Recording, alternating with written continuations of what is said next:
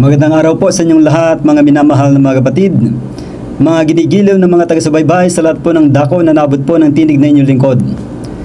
Sa araw na ito, tayo po ay mag-aaral ng salita ng Diyos. At bago po natin simulan ang ating pong pagtalakay, tayo po muna ay manalangin. Ama namin ng tahanan po ay nasa itaasan ng malangit.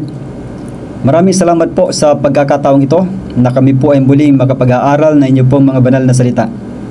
Naway kami po ay inyong patnubayan ng banal na espiritu at nawa amin po mga puso't isipan ay buksan po ninyo at nawa ito po ay panahanan na inyo pong banal na espiritu at naway ang mga katotohanan na amin pong matutunghayan ay may kintal po ng malalim sa amin pong puso't isipan at tulungan po kami na mabago ayon po sa inyo pong banal na likas. Ang lahat pong ito ay amin pong dalangin, kalakip ng kapatawaran ng amin pong pagkukulang at pagkakasala. Sa pangalan ng Panginoon Hesus. Amen.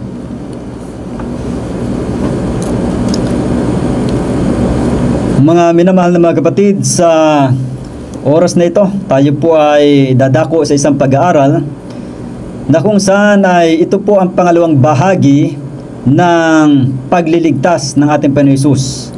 At ito po ay pangalawang bahagi ng katuwiran ni Kristo.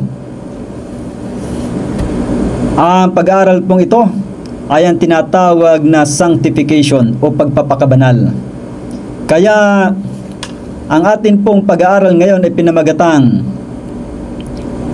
What is Sanctification? Part 1. Ano ang pagpapakabanal? Yan, unang bahagi. Ito po yung unang bahagi ng ating pag-aaral, mga kapatid, patungkol po sa pagpapakabanal. At ang ating pong susing talata ay mababasa sa unang Pedro Kapitulo 1 talatang 2. Ang sabi po ay ganito: Elect according to the foreknowledge of God the Father, through sanctification of the Spirit, unto obedience and sprinkling of the blood of Jesus Christ. Grace unto you and peace be multiplied. Ang sabi rito, hinirang ayon sa paunang kaalaman ng Diyos Ama sa pamagitan ng pagpapabanal ng Espiritu tungo sa pagsunod at pagkawisik ng dugo ni Jesucristo. Biyaya ang sumainyo at kapayapaan ay managana. Kaya dito po mga kapatid, sa atin pong susing talata ay atin pong mababasa yung katagang sanctification of the Spirit. Yun pong pagpapabanal ng banal na Espiritu. Ibig sabihin po, isa po sa gawain ng kadyusan ay ang pagpapabanal ng Espiritu. Gawain po ng banal na Espiritu na tayo po ay pabanalin, mga kapatid. Kaya ngayon, atin pong alamin kung ano po ang ibig sabihin ng salitang sanctification or pagpapabanal na binanggit dito sa unang Pedro Kapitulo 1 talatang 2. Sa salitang Grego, ito po ay hagiasmos. Ito pong hagiasmos, mga kapatid, ay meron pong katumbas na kahulugan sa Ingles na purification, purity, holiness, sanctification. Kaya sa madaling salita po, mga kapatid, ang ibig sabihin po ng sanctification or pagpapabanal ay purification or paglilinis, pagdadalisay, kabanalan. Yan po ang ibig sabihin, mga kapatid, ng tinatawag na sanctification or pagpapabanal. At atin pong tutunghayan sa banal na kasulatan ang iba't ibang mga salita na ginamit para sa salitang sanctification or holiness. Ang salita pong sanctification or holiness ay meron pong iba't ibang kahulugan na kung saan ito po ay nagkakaugnay lahat upang ipaliwanag ang ibig sabihin po ng sanctification or pagpapabanal o pagpapakabanal, at yun pong tinatawag na holiness or kabanalan. Ang una po, mga kapatid, ay itong salitang sanctity. Itong sanctity ay kabanalan. Yan po ang kahulugan niyan. Sa Tagalog ay karaniwan isang salita lang, pero sa English ay maraming mga salita ang ginagamit, ano? So ito pong salitang sanctity, mga kapatid, ay ito po yung salita na kung saan ay nangangahulugan ng kabanalan. Sabi rito sa Psalms 29 verse 2, "Give unto the Lord the glory due unto His name. Worship the Lord in the beauty of holiness." Yun pong holiness dito, mga kapatid, ay meron pong katumbas sa salitang Grego na kodes. Ito pong kodes, mga kapatid, ay sanctity. Ano? Kaya yun pong salitang holiness, mga kapatid, ito po yung nangangahulugan ng sanctity o kabanalan. At sabi pa rito, consecrated thing, dedicated thing, hallowed thing. Kaya kapag sinabi pong kabanalan, yan po ay sagrado. Ito po ay itinalaga. Ito po ay nakalaan para sa Panginoon, mga kapatid. Ibig sabihin, tayo po na nagnanais na makaranas ng sanctification or pagpapakabanal, ay kinakailangan po tayong magtalaga ng ating sarili sa Diyos. At ganito pa po ang sinasabi sa aklat naman ng Hebreo, Kapitulo 12, talatang 5 hanggang 11, na kung saan na ipinapaunawa po sa atin ang ibig sabihin ng pagpapakabanal. Hindi po ito nangangahulugan na tayo'y maniniwala lang kay Kristo at wala na tayong magiging bahagi. Dito po sa ikalawang bahagi ng pagliligtas, ay dapat alam po natin kung ano po ang ating bahagi sa pagliligtas na ginagawa ni Kristo para sa atin. Ganito po ang sinasabi sa Hebreo 12, talatang 5 hanggang 11, "At inyong nilimot ang iniaral na ipinakikipagtalo sa inyong tulad sa mga anak. Anak ko, huwag mong waling bahala ang parusa ng Panginoon, umang lupaypay man kung ikaw ay pinagwiwikaan niya. Sapagkat pinarurusahan ng Panginoon ang kaniyang iniibig at hinahampas ang bawat tinatanggap na anak, na dahil sa ito'y parusa, kayo'y nagtitiis, inaari kayo ng Diyos na tulad sa mga anak, sapagkat alingang anak ang hindi pinarurusahan ng kaniyang ama. Datapwat kung kayo'y hindi pinarurusahan, napawang naranasan ng lahat, kung gayo'y mga anak sa ligaw kayo, at hindi tunay na anak. Bukod dito, tayo'y nangagkaroon ng mga ama ng ating laman, upang tayo parusahan, at sila'y ating iginagalang. Hindi baga lalong tayo'y pasasakop sa Ama ng mga espiritu at tayo'y mabubuhay?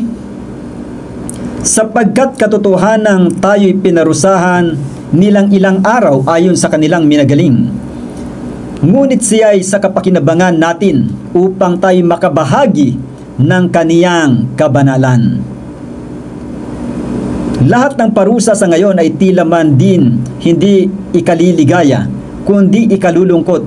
Gayon may pagkatapos ay namumunga ng bungang mapayapa ng katuwiran sa mga nagsipagsanay sa pamagitan nito.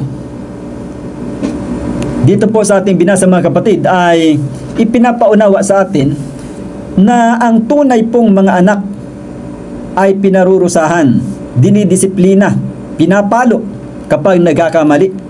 Gaano pa daw na ang ating Diyos Ama, na siya po ay nagdidisiplina rin sa kanyang mga anak. Kaya kung tayo tunay pong mga anak ng Diyos, tayo po ay makakaranas na pagdisiplina ng Diyos upang tayo maging kabahagi ng kanyang ugali. Sapagkat kung tayo po hindi dinidisiplina, ibig sabihin walang pakialam sa atin yung ating inaangking ating ama. Ano? Kaya nga dito sa lupa, kapag hindi mo anak, hindi mo naman yan dapat paluin. Hindi mo yan dapat disiplinahin kasi hindi ikaw ang may kargo sa pagdisiplina malibang binigyan ka ng authority. Pero kung hindi ka pinagkalooban ng authority, wala kang pakialam. Ano, maaring magpayo ka, pero wala kang karapatan na sila ay disiplinahin. Ano? Pero sa katuruan nga ng Biblia, mga kapatid, ang tunay na ama o ina o mga magulang ng mga anak, mga kapatid, ay nagdidisiplina po sa kanilang mga anak. Kaya dito po ay binanggit sa verse 10 yung magandang punto kaugnay po sa tinatawag na pagpapakabanal, yung salitang holiness dito. Yun po ay hagiasmos din ang paggagamit. Ang sabi rito, "For they verily for a few days chastened us after their own pleasure, but He for our profit, that we might be partakers of His holiness." Yan, tayo po mga kapatid ay pinaparusahan, dinidisiplina ng Diyos upang tayo po bilang kanyang mga anak ay maging mga kabahagi rin naman ng kaniyang kabanalan. Yan po ang layunin ng Diyos, mga kapatid. Kaya po ang pagliligtas ng Panginoon, ito po ay patuloy. Hindi po sapat na tayo minsang naging anak ng Diyos. Hindi sapat na tayo ay na-adapt o kinupkup ng Diyos bilang kanyang mga anak. Kinakailangan po natin na patuloy na mamuhay ayon po sa kalooban ng Diyos na tayo po ay maging kabahagi ng kanyang kabanalan. Kaya nga kung tayo po ay hihiwalay doon po sa panukala ng Diyos na mamuhay tayo na may kabanalan, ano po ang igagawad ng Panginoon? Tayo po ay parurusahan, mga kapatid. Meron pong pagdisiplina. Kumbaga sa magulang ay merong pagpalo kapag ang pag-uusapan natin ay ang prinsipyo ng Biblia, mga kapatid. Yung pagpalo na hindi naman ikapipinsala ng bata, kundi yung kontrolado yun na ayon po sa panuntunan ng Biblia, mga kapatid. Hindi dahil sa bunga ng galit, kundi dahil sa pag-ibig. Kaya dapat itong maunawaan din ng mga magulang na ang prinsipyo ng Diyos sa kanyang pagdisiplina ay hindi po kagaya ng pagdisiplina na ginagawa ng ibang mga magulang na kung saan ay bugso ng galit yung kanilang pagpalo sa kanilang mga anak na halos mamatay na at mabalian ng mga anak sa pagpalo. So hindi po ganoon ang pagdisiplina ng Diyos. Ang pagdisiplina po ng Diyos, bagaman ito'y masakit, ito po ay para sa ikatutuwid, ikabubuti ng kanyang mga anak. Hindi upang tayo balian o pinsalain, kundi upang tayo po ay turuan ng tamang mga pag-uugali na naayon po sa katuwiran ng ating Panginoon. At dito po sa pangalawa naman, mga kapatid, na salita na ginamit kaugnay po sa tinatawag na pagpapakabanal ay ito pong salitang sacredness. Kabanalan pa rin, sacredness. At yung salita dito sa Ingles ay holiness. Dito sa 1 Thessalonians chapter 3 verse 13, ang sabi po ay ganito, "Upang patibayin niya ang inyong mga puso na walang maipipinta sa kabanalan sa harapan ng ating Diyos at Ama, sa pagparito ng ating Panginoong Hesus na kasama ang kaniyang lahat na mga banal." So nakita po ninyo, mga kapatid, ang mga tao po, mga kapatid, na nananampalataya sa ating Panginoong Hesus ay ninanais niya na mapatibay ang mga puso na walang dungis, walang kapintasan sa kabanalan sa harapan ng Diyos. Kaya hindi po nagpapahintulot ang Panginoon na tayo po ay magpatuloy sa atin pong pagkakasala o sa paglabag sa utos ng Diyos. Kaya po tayo niya iniligtas ay upang tayo hanguin mula sa pagkakasala, upang tayo po ay mamuhay na mayroon pong kabanalan. Kaya nga, hanggang kailan natin gagawin yon? Yun ba ay kapag tayo minsan lang nanampalataya? Hindi po, mga kapatid, yan po ay patuloy hanggang sa ikalawang pagparito ng ating Panginoon.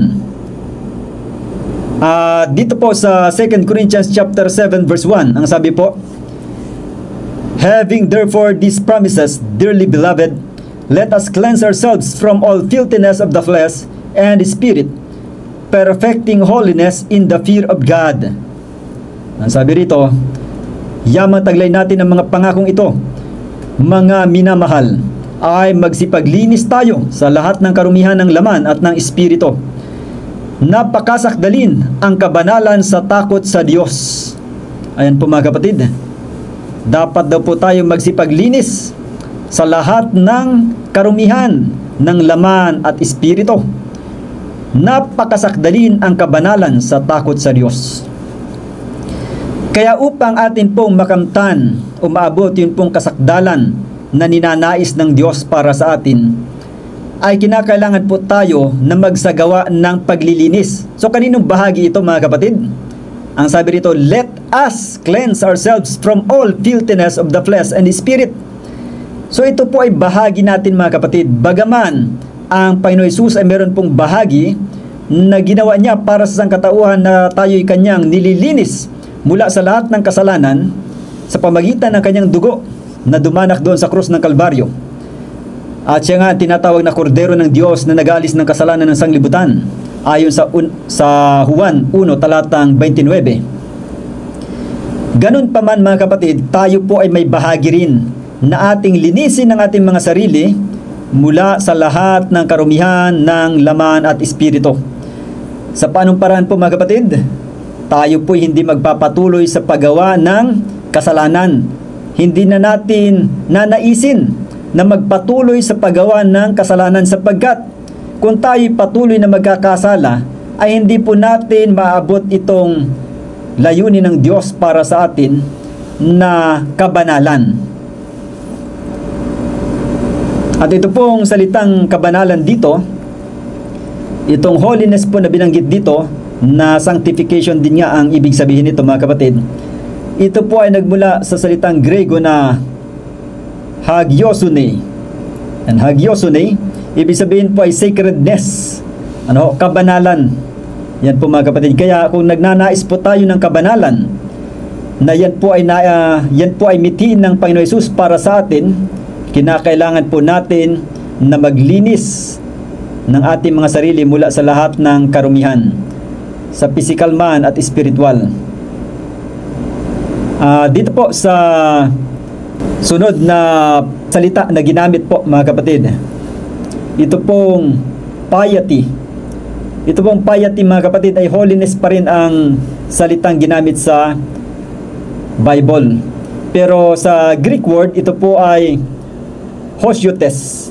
Ito pong hosiotes mga kapatid ay piety. Kabanalan. Ano po ang ibig sabihin ng piety? Ayon sa Noah Webster 1828, ganito po ang sinasabi. Piety in principle is a compound of veneration or reverence of the Supreme Being and love of His character, or veneration accompanied with love. And piety in practice is the exercise of these affections in obedience to His will and devotion to His service. Ang ibig sabihin daw po ng piety mga kapatid o pagpapakabanal o kabanalan, ito po ay pagbibigay galang sa Diyos, sa tinatawag na Supreme Being. At bukod sa pagbibigay galang sa Diyos, ay iibigin natin ang kanyang ugali. Ano po? Ang sabi dito, veneration accompanied with love. So pagbibigay galang o pagsamba na mayroong kalakip na pag-ibig. Kaya kung tayo po ay nagnanais na umibig sa ating Panginoon Hesus, ay hindi po ito mananatiling hanggang sa salita lamang, kundi ito po ay meron pong kasamang pag-ibig, na ang pag-ibig na yon ay sinasabi sa John 14:15, kung ako inyong iniibig, ay tutuparin ninyo ang aking mga utos.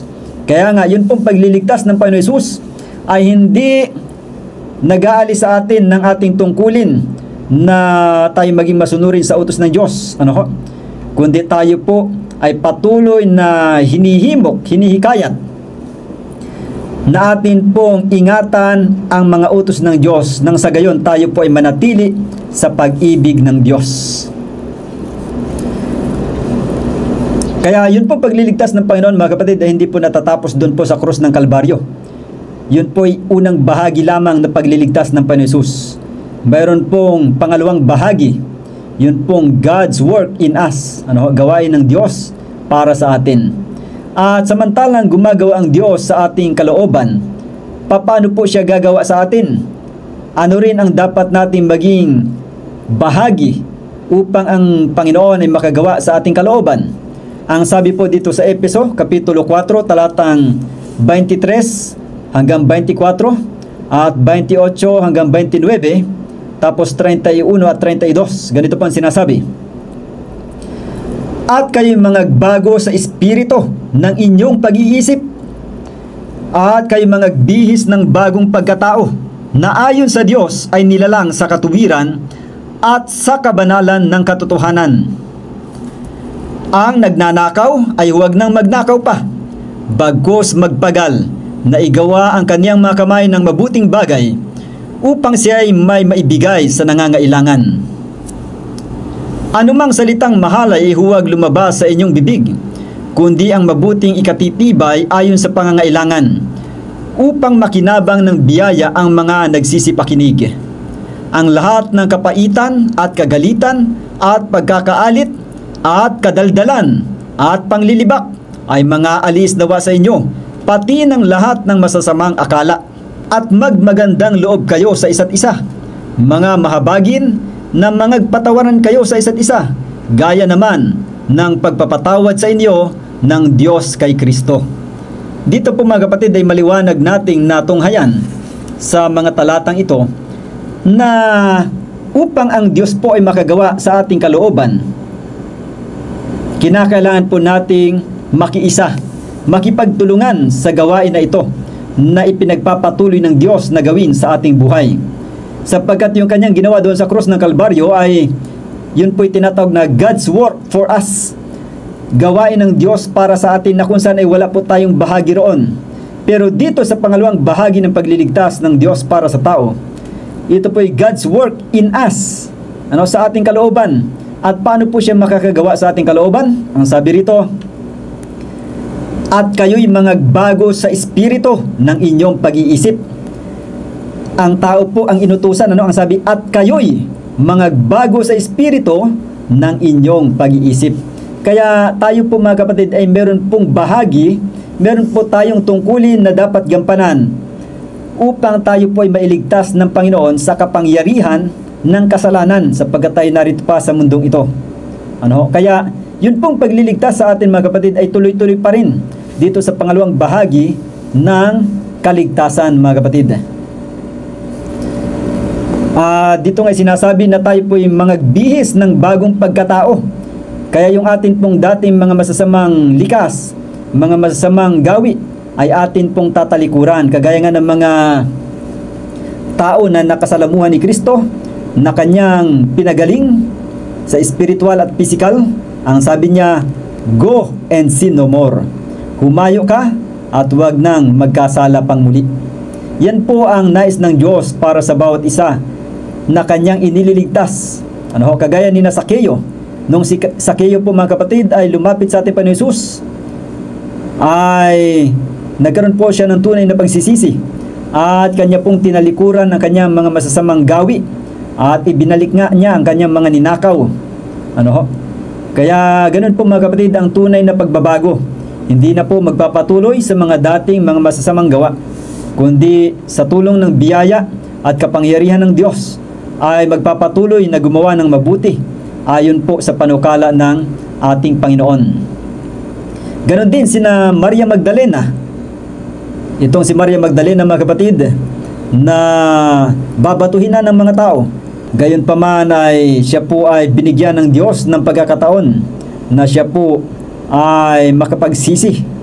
Siya po ay mamuhay ng naayon sa kalooban ng Diyos. At nagkaroon naman ng tunay na pagsisisi si Maria Magdalena. At hindi na nga siya bumalik sa kanyang dating mga masasamang gawa. Kaya ganoon po mga kapatid ang pagliligtas na ginagawa ng Diyos sa buhay ng kanyang mga anak.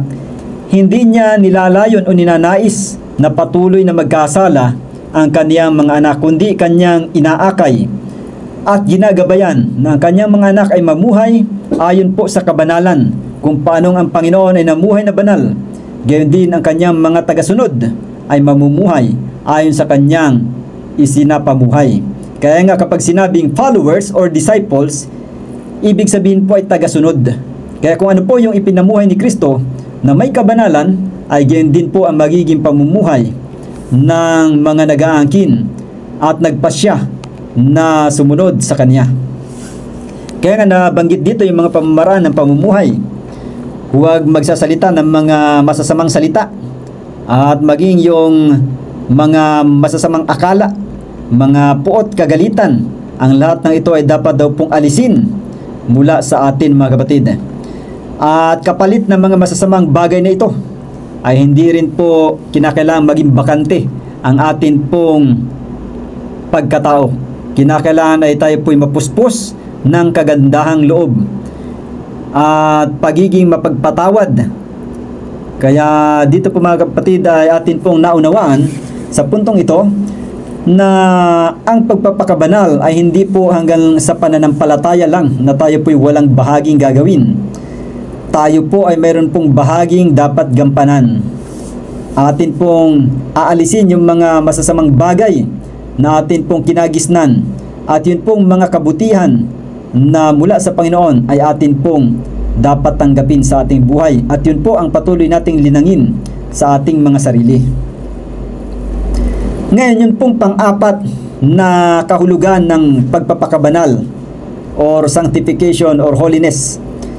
Ang isa pong kahulugan mga kapatid ay ito pong purification, paglilinis, pagpapakabanal. Ano ho? Ang salitang purification ay meron pong katumbas na salita sa salitang Grego na hagiasmos. Ito pong hagiasmos mga kapatid ay purification, that is the state purity. Ito po'y holiness or sanctification din. Ano ho? Kaya pag sinabi pong pagpapakabanal, ito po'y paglilinis. At sinasabi nga sa unang Tesalonica 4:7, sapagkat tayo'y tinawag ng Diyos hindi sa ikarurumi, kundi sa pagpapakabanal. Yan po ang panukala ng Diyos para sa atin. Kaya bilang inililigtas ng Panginoon, tayo po'y mamumuhi na sa paggawa ng masama. At ang sinasabi naman sa Hebreo 12, talatang 14 ay ganito: Sundin ninyo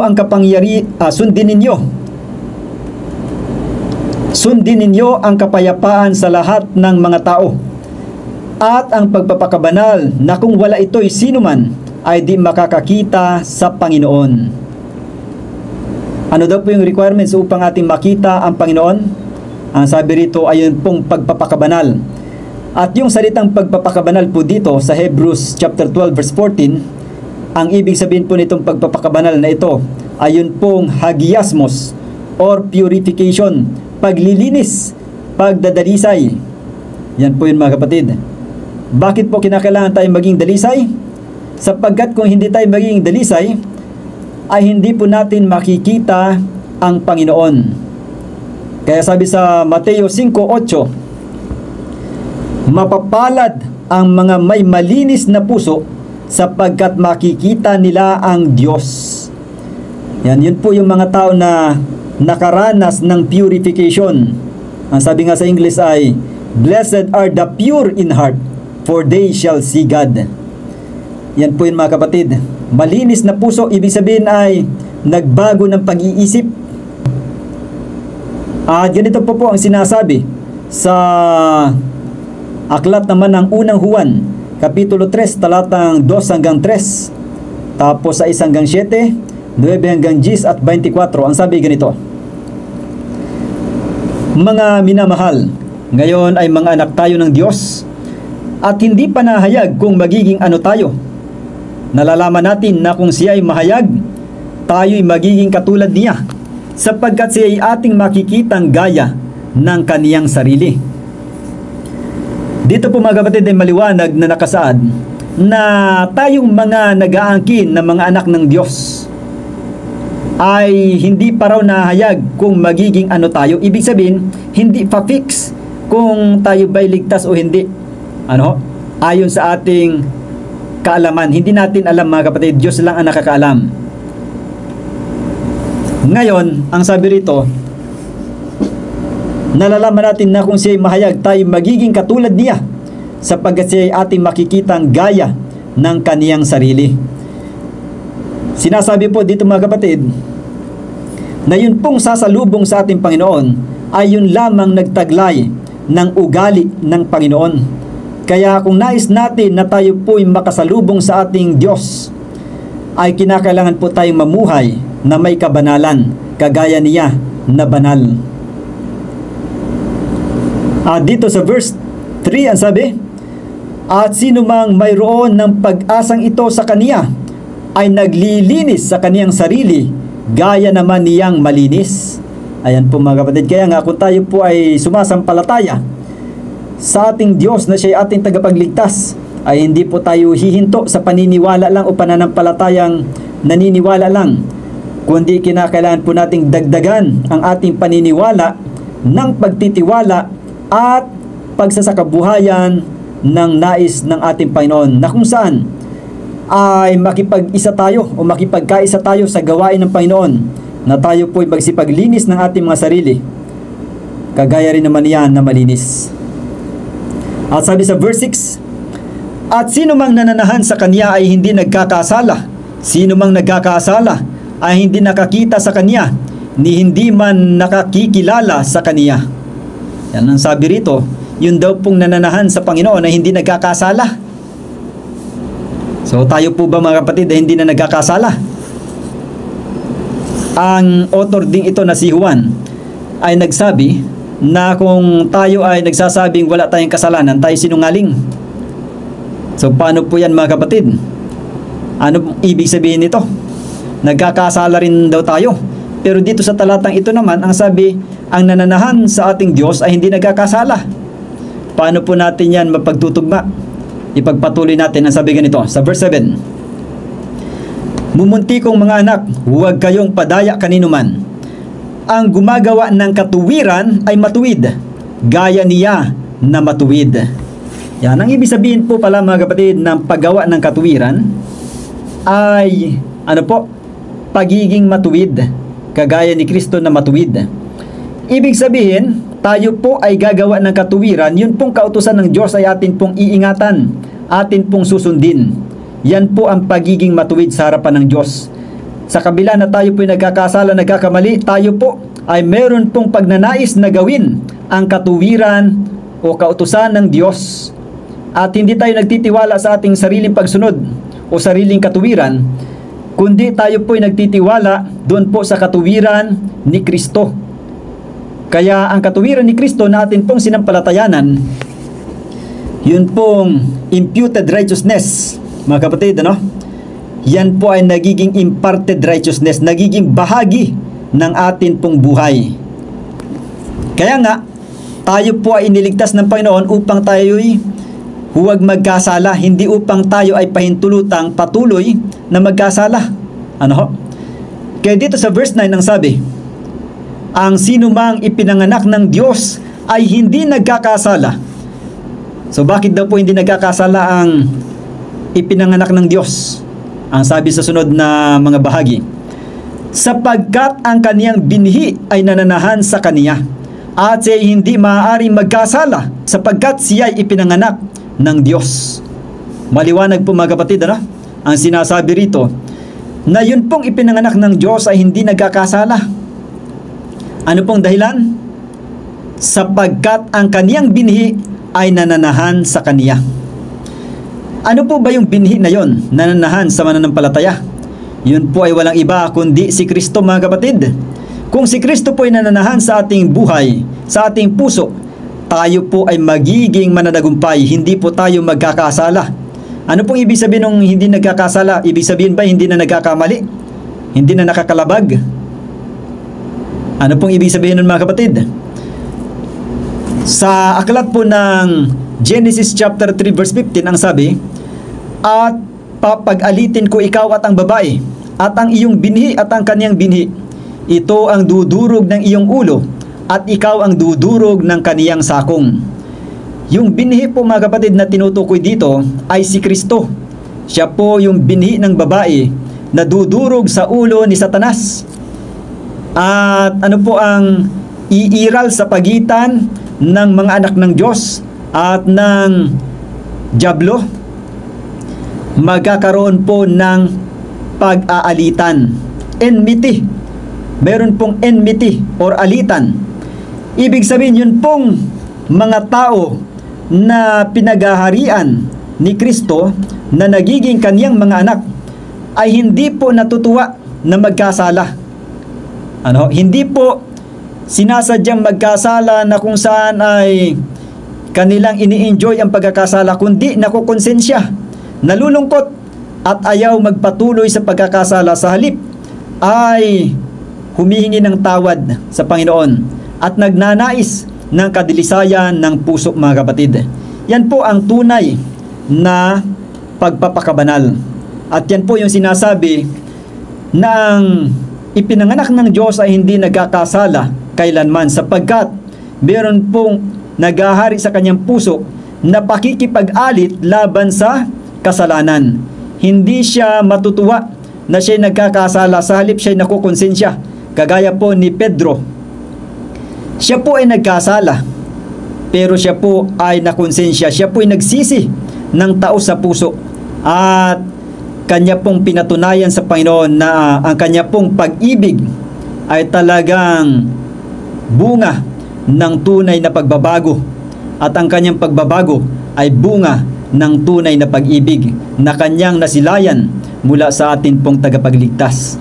Kaya maunawaan po natin, mga kapatid, dito na ang ipinanganak ng Diyos ay talaga pong meron pong pakikipag-alit laban sa kasamaan, laban sa kasalanan. Hindi po natin ikatutuwa na tayo nagkakasala. Pero yun pong mga tao na tinatawag na nagkakasala ng kasalanang ikamamatay, ayun pong mga tao na kahit na napakaliit ng kasalanan ay hindi nila kinikilalang kasalanan, hindi nila ikinalulungkot ang paggawa ng munting kasalanan. Kaya kahit na maliit na kasalanan, dahil sa hindi kinikilalang kasalanan, hindi nakokonsensya, hindi nagsisisi, iyon po ay mananatiling kasalanan na hindi pinagsisisihan. Kaya yun po'y kasalanang ikamamatay. Ang ganong klaseng kasalanan ang hindi po nararanasan ng mga anak ng Diyos, sapagkat ang mga anak ng Diyos, bagaman nagkakamali, bagaman nagkakasala, kagaya ng representasyon o ilustrasyon na ipinakita ng Diyos sa katauhan ni Josue. Si Joshua, mga kapatid, ay nakatayo na meron po siyang suot na maruming damit bilang saserdote. At si Satanas po ay itinuturo yun pong mga dungis o kapintasan ng kasuotan ni Joshua. Ngunit ang Panginoon po ay tagapagtanggol ni Josue o ni Joshua, mga kapatid. Kaya ganun din po ang bayan ng Diyos, sa kabila ng mga depekto at mga masamang ugali o mga kahinaan, pagkakamali, pagkakasala, ay patuloy po niyang pinapatnubayan at tinutulungan na maging mga mananagumpay. Kaya dito po, mga kapatid, ang tunay na mga anak ng Diyos, kahit ang pinakamahina na kaluluwa, ngunit kung nagtitiwala sa ating Panginoon, ay magkakaroon po ng kalakasan. Ang Panginoon ang ating kalakasan, ang ating kasakdalan at ating katuwiran, ating kabanalan. Kaya ang kinakailangan po natin ay mamuhay ayon po sa kalooban ng Diyos, kung paano siya'y gumagawa sa ating mga puso. Kaya nga, ang sabi rito sa verse 10, nung patuloy na binabasa natin sa Hebreo, sa unang Juan, kapitulo 3, talatang 10 at 24, ang sabi po ay ganito: dito nahayag ang mga anak ng Diyos at ang mga anak ng Diablo. Ang sino mang hindi gumagawa ng katuwiran ay hindi sa Diyos, ni ang hindi umiibig sa kaniyang kapatid. At ang tumutupad ng kaniyang mga utos ay mananahan sa kaniya, at siya ay sa kaniya.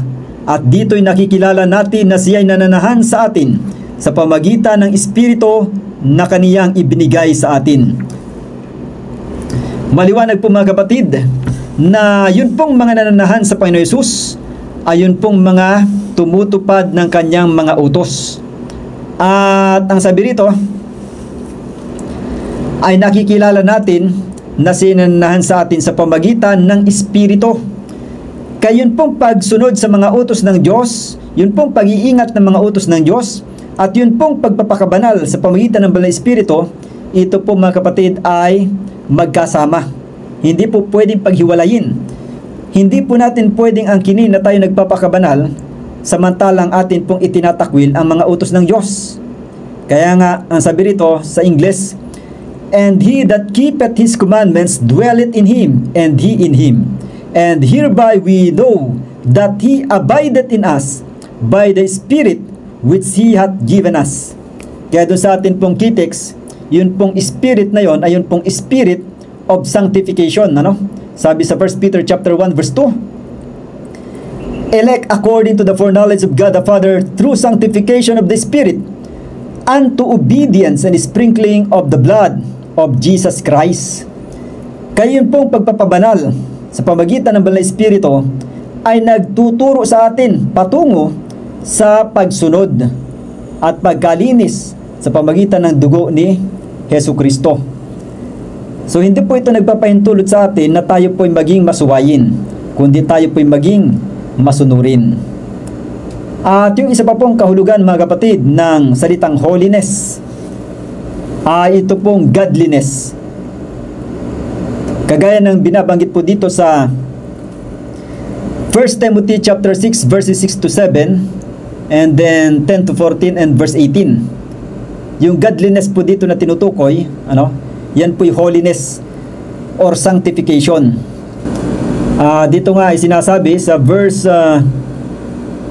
14, that thou keep this commandment without spot unrebukable until the appearing of our Lord Jesus Christ. Yung commandment pong tinutukoy dito, mga kapatid, ay yun pong sinasabi ni Pablo na ang mananampalataya po ay makipaglaban ng mabuting pakikipaglaban. Yung binanggit sa verse 12, ang sabi, fight the good fight of faith, lay hold on eternal life. So dito, mga kapatid, ay atin po nakita na mayroon pong gawain ang mananampalataya. Ang sabi, fight the good fight of faith. So pwede bang ikaw ay makipaglaban na naniniwala ka lang na mananalo ka? Hanggang paniniwala lang, walang paggawa? Hindi po pwede.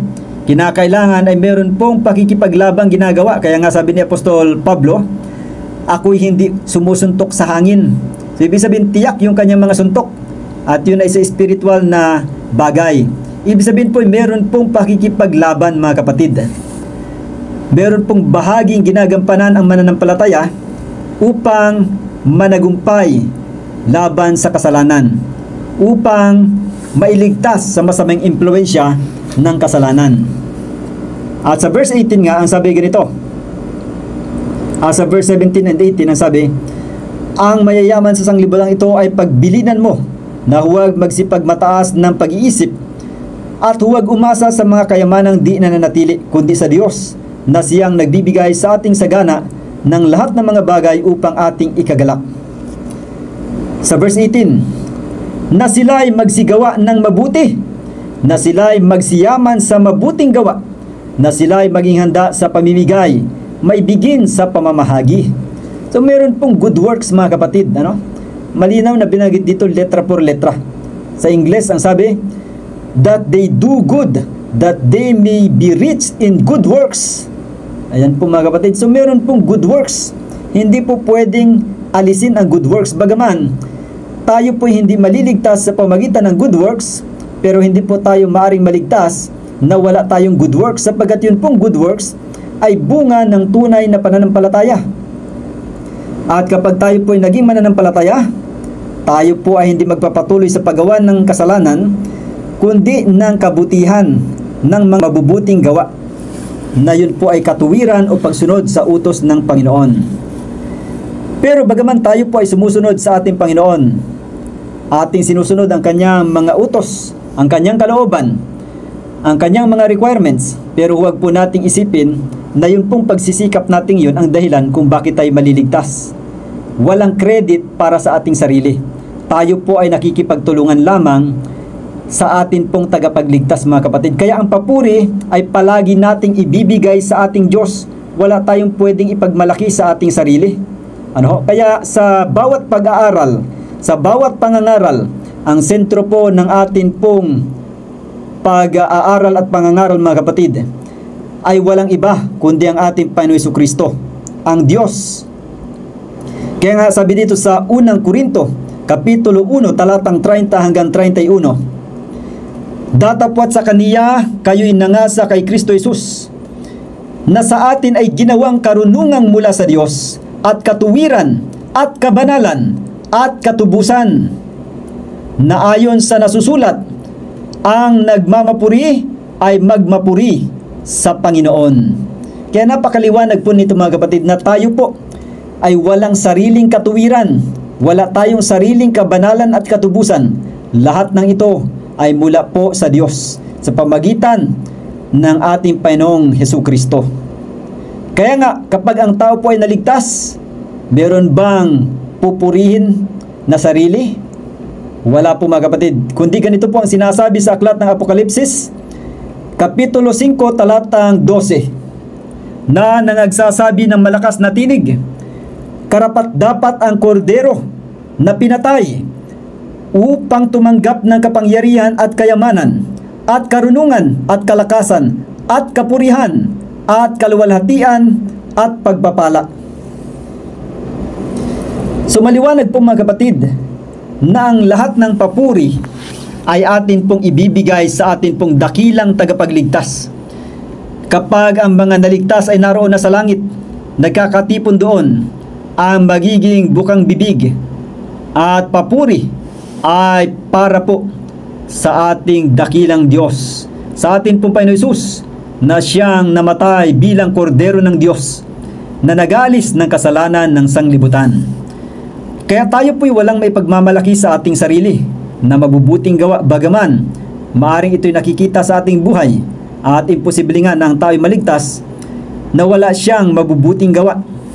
Maliban na lang doon sa mga wala na talagang pagkakataon kagaya doon sa naipako doon sa krus ng Kalbaryo, na hindi na niya naipahayag sa kanyang gawa na siya'y nagbago. Hindi madidetermine ng ibang tao na siya'y nagbago na. Pero ang Diyos po ang nakakabasa ng puso't isipan. Kaya nga sa katulad nating mga tao, meron pang mga pagkakataon na mamuhay ayon po sa ipinamuhay ng ating Panginoon Hesus. Tayo po'y lalakad sa pagsunod. Tayo po'y mamumuhay sa pagiging masunurin at hindi po sa pagiging masuwayin sa mga utos ng Diyos. Kaya nawa ang atin pong pag-aaral na ito mga kapatid ay naging malinaw sa bawat isa sa atin na kapag sinabi pong pagpapakabanal, ito po'y hindi lamang gawain ng Diyos, ito po'y gawain natin. Tayo po ay tinawagan upang tayo po ay magpakabanal. At tayo po ay magpapakabanal hindi po sa ating sariling kapangyarihan o kalakasan, kundi sa pamagitan po ng Espiritu na nagpapabanal, ng Espiritu ng Diyos. Kaya kapangyarihan po ng Diyos ang siyang gumagawa sa ating mga puso, gumagawa sa ating buhay upang tayo po ay maging mga banal at maging karapat-dapat na sumalubong sa ating Panginoon, sapagkat kung tayo po mga kapatid ay hindi magiging banal, hindi tayo makaranas ng paglilinis mula sa karumihan o mga kasalanan, tayo po hindi magiging angkop na sumalubong sa ating Panginoon Hesus na sa Kanya'y walang nananahang kasalanan o karumihan. At doon nga sa langit na bayan ay walang naghaharing kasalanan doon. Kaya hindi tayo magiging angkop doon kung tayo po ay nananatili pa rin sa patuloy na paggawa ng kasalanan. Kaya nga ang atin pong sampalatayanan ay ang kapangyarihan ng Diyos, ang binhi na siyang ang ating Panginoon Hesus, ang binhi na ang ating Panginoon Hesus ay nananahan sa ating buhay, yung kapangyarihan na tayo po'y magkaroon ng pakikipag-alit laban sa kasalanan. Tayo'y mamumuhi sa kasalanan. Kaya nga kung tayo man ay nagkakamali, nagkakasala, ay tayo po hindi matutuwa na tayo nakagawa ng kasalanan. Hindi natin ipagmamayabang na tayo naging makasalanan, kundi tayo po'y malulungkot at tayo po'y magsisisi at magbabagong buhay. Susunod sa ating Panginoon, yan po ang panukala ng Diyos para sa bawat isa sa atin. Kaya naway naging maliwanag po sa bawat isa sa atin ang ibig sabihin ng salitang sanctification, kung ano po ang kahulugan ng sanctification o pagpapakabanal. At ang pag-aaral po natin ito ay unang bahagi pa lamang ng atin pong pag-aaral. At sa sunod po ay atin pong ipagpapatuloy ang pag-aaral na ito patungkol po sa pagpapakabanal or sanctification. At sa ngayon po mga kapatid, ay hanggang dito lamang muna ang atin pong pag-aaral at tayo po ay manalangin bilang pagtatapos. Dakila namin Diyos na ang tahanan po ay nasa itaasan ng mga langit. Maraming salamat po sa mga mensahe namin pong natunghayan sa araw na ito. Nawa ito po ay makatulong sa bawat isa sa amin na kami po ay maging mga masunuring mga alagad, mga disipulo na kami po'y mamuhay ayon po sa pagiging masunurin ng aming Panginoon Hesus bilang aming tagapagligtas. At nawa ang bawat isa sa amin ay tulungan po na magkaroon ng pagkamuhi laban sa kasalanan at tulungan po kami na mamuhay na sumusunod sa inyo pong banal na kalooban.